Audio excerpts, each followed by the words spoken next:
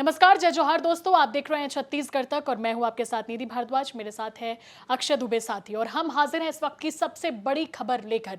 देवेंद्र यादव की न्यायिक रिमांड को बढ़ा दिया गया है। 7 दिनों की न्यायिक रिमांड पर उनको और भेज दिया गया है। वीडियो कॉन्फ्रेंसिंग के जरिए ये पूरी कार्रवाई हुई है।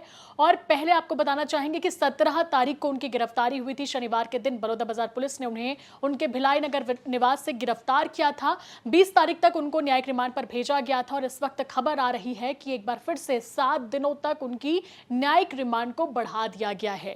कांग्रेस के जो विधायक थे, विधायक दल की मीटिंग हुई थी। मीटिंग होने के बाद विधायक दल के जो नेता थे, करीब 20 नेता सेंट्रल जेल में रायपुर के देवेंद्र यादव से मिलने पहुंचे। बताया जा रहा है कि इन नेताओं को मिलने नहीं दिया गया। मुश्किल से 4-5 नेताओं को ही अलाउ किया गया। इन लोगों ने देवेंद्र यादव के साथ मुलाकात की और इस मुलाकात को लेकर चरणदास महंत ने मीडिया को जानकारी दी है कि देवेंद्र यादव कह रहे हैं कि जितनी धाराएं उनके ऊपर लगाई गई है, करीब 20 धाराएं लगी है अक्षय उनके ऊपर, और वो कह रहे हैं कि इन धाराओं की कोई भी जानकारी उन्हें पहले से पुलिस द्वारा नहीं दी गई थी। बार बार उन्हें नोटिस जारी हुआ, ये बात तो सच है। 4 बार उन्हें नोटिस जारी किया गया, लेकिन चारों बार सिर्फ पूछताछ के लिए जब नोटिस जारी किया गया था, तो पूछताछ के लिए जब नोटिस जारी हुआ तो आखिरकार उनकी गिरफ्तारी क्यों हुई? हमेशा की तरह देवेंद्र यादव कह रहे हैं कि बीजेपी सरकार पक्षपातपूर्ण तरीके से कार्रवाई कर रही है और सिर्फ उन्हें फंसाने का काम किया जा रहा है। तो इस पूरे मसले पर जिस तरीके से अब अपडेट सामने आया है, अक्षय, आपको क्या लगता है कि देवेंद्र यादव की मुश्किलें और भी ज्यादा बढ़ने वाली है? क्या उन्हें इस मामले में जल्द जमानत मिल सकती है? आप क्या सोच रहे हैं? जिस तरीके से रवैया है सरकार का और जिस तरीके से पिछले दिनों अरुण साव का जो बयान आया कि देवेंद्र यादव बिल्कुल सहयोग नहीं कर रहे थे, ना तो उन्होंने पुलिस का सहयोग किया, ना तो जो जांच एजेंसियां हैं उनका उन्होंने सहयोग किया। और उनका कहना था कि जो भी कार्रवाई हुई है वो साक्ष्यों के आधार पे हुई है, हमारे पास सारे सबूत हैं। तो इस लहजे से तो समझ में आ रहा है कि देवेंद्र यादव की मुश्किलें बहुत ज्यादा बढ़ गई है।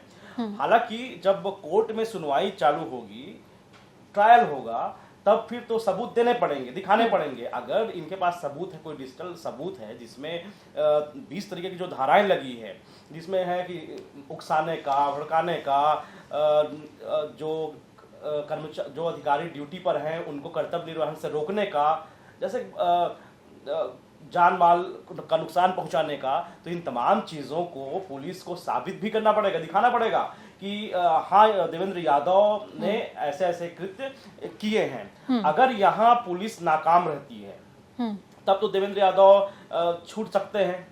लेकिन आज के समय में आप देखेंगे, ना सिर्फ छत्तीसगढ़ में बल्कि छत्तीसगढ़ के बाहर भी अगर कोई पाक साफ निकल भी जाता है, लेकिन तब तक वो अंदर रहेंगे, जमानत मिलेगी या नहीं मिलेगी, ये बहुत सारी चीज़ें हैं।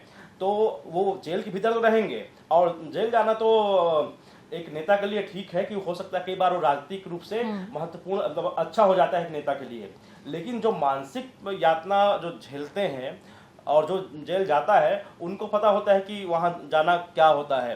तो कुल मिलाकर संकट तो है ही, क्योंकि एक विधायक का जेल जाना और उसके बाद फिर पब्लिक में एक मैसेज जाना कि इनकी संलिप्तता थी। सतनामी समाज का जो आंदोलन बलौदाबाजार में हुआ था, आगजनी की जो घटना हुई थी, उसमें संलिप्तता बता रहे हैं। तो कुल मिलाकर एक संकट तो है ही, लेकिन इस संकट के समय में कांग्रेस के नेताओं का कहना है कि हम देवेंद्र यादव के साथ हैं और जो भी कार्रवाई हुई है वो बदले की भावना से हुई है। ये आरोप महंत का भी है, ये आरोप भूपेश बघेल का भी है, ये आरोप दीपक बैज का भी है। कुल मिलाकर जो कद्दावर नेता है कांग्रेस के, उन्होंने कहा है कि हम इस समय देवेंद्र यादव के साथ खड़े रहेंगे, सतनामी समाज के साथ खड़े रहेंगे, और एक युवा विधायक को जेल में डालकर ये सरकार दिखाना चाहती है कि हम किसी को भी जो भी हमारे खिलाफ बोलेंगे उसको हम जेल में डाल देंगे। उन्होंने एक एक्स पर पोस्ट भी किया था कि विश्व व्यवसाय अपने 8 महीने के का जो कलंकित कार्यकाल है उसको ढकने के लिए ऐसे कदम हाँ, कांग्रेस बार बार यही कह रही है कि अपनी नाकामी को छुपाने के लिए पूरा ठिकरा कांग्रेस पर मढ़ने का काम बीजेपी की साय सरकार कर रही है। लेकिन अब देवेंद्र यादव सलाखों के पीछे हैं। बलौदाबाजार हिंसा मामले में 175 से ज्यादा गिरफ्तारी हो चुकी है और जिसमें से सबसे बड़ा नाम कोई है तो वो है देवेंद्र यादव का। अब इस मामले में आगे क्या नया मोड़ आता है? 7 दिन की न्यायिक रिमांड पर इनको भेज तो तो दिया गया है, लेकिन अब कांग्रेस पार्टी भी इनके सपोर्ट में बड़ा आंदोलन करने जा रही है। तो देखने वाली बात होगी कि आगे क्या कुछ होता है। फिलहाल इस रिपोर्ट में इतना ही। मुझे और मेरे साथी को दीजिए इजाजत। देखते रहे छत्तीसगढ़ तक। नमस्कार, जय जोहार।